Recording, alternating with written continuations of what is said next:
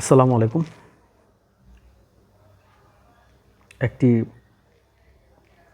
খুব জরুরি বিষয় নিয়ে চলে আসছি আপনাদের সামনে। যে বিষয়টা নিয়ে আলোচনা করছিলাম, আমি এনবিআরের একটি ইস্যু নিয়ে কথা বলেছিলাম লাস্ট ভিডিওতে। তো ওটা আপনাদের বেশ ভালো সাড়া পাওয়া গিয়েছে।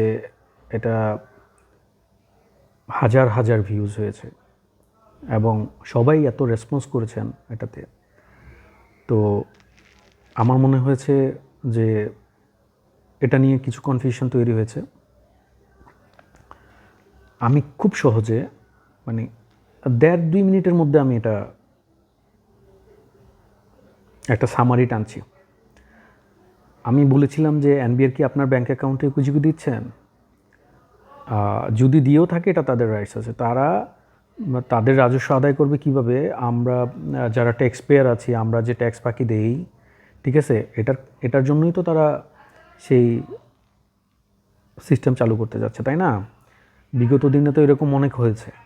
তো এই জবাবদিহিতার আওতায় আনার জন্যই তারা এইটা টেকনোলজিক্যালি হ্যান্ডেল করছেন বিষয়টা এখন। তো এটা হ্যান্ডেল করতে গিয়ে তারা যে কথাবার্তা বলছেন যে ব্যাংকের সাথে এপিআই কানেক্টিভিটির মাধ্যমে তারা তাদের এনবিআর সার্ভারের সাথে সেই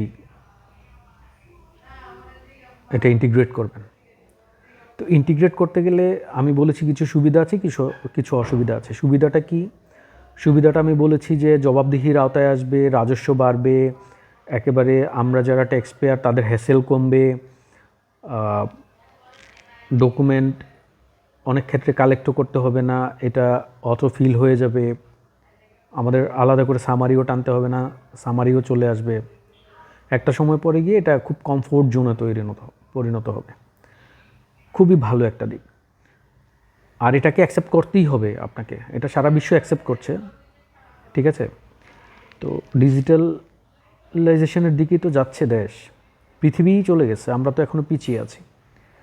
আর অসুবিধাগুলো আমি বলেছি, সার্ভারের নিরাপত্তাজনিত সমস্যা, অনেকে ভয় পেয়ে যাবে। তারপর হচ্ছে গিয়ে মানুষ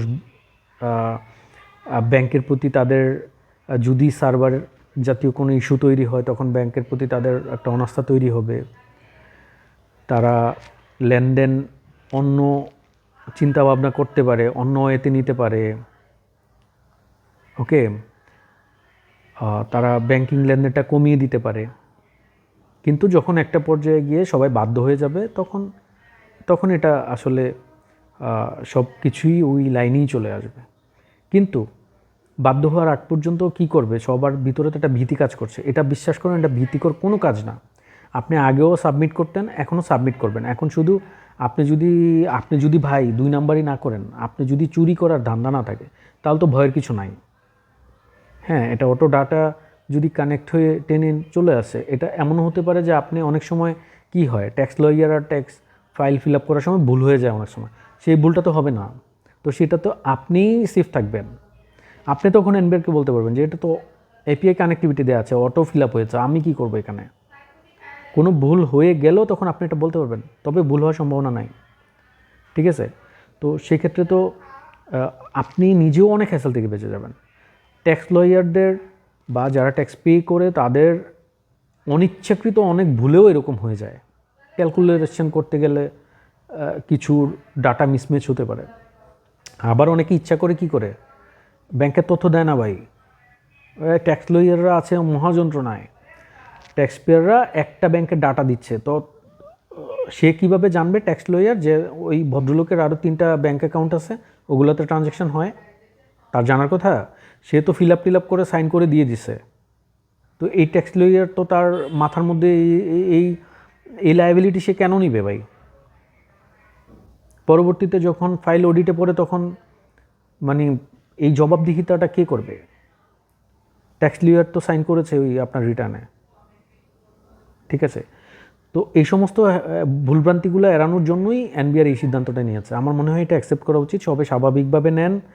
এটা কোনো উদ্বিগ্ন হওয়ার কোনো কারণ নাই, ঘাবড়ানোর কোনো কারণ নাই। আপনারা সবাই ভালো থাকবেন। এই ধরনের যত আপডেট আসবে আমি পরবর্তীতে এগুলো নিয়ে কথা বলবো। আপনাদের যদি কোনো কমেন্ট থাকে, জানার থাকে, আপনারা কমেন্টে জানাতে পারেন, আপনাদের মন্তব্য করতে পারেন, এটা শেয়ার করে দিতে পারেন, যেন মানুষজন দেখে আশ্বস্ত হতে পারে, তাদের ভীতি কমে যায়। আপনারা সবাই ভালো থাকবেন। আসসালামু আলাইকুম।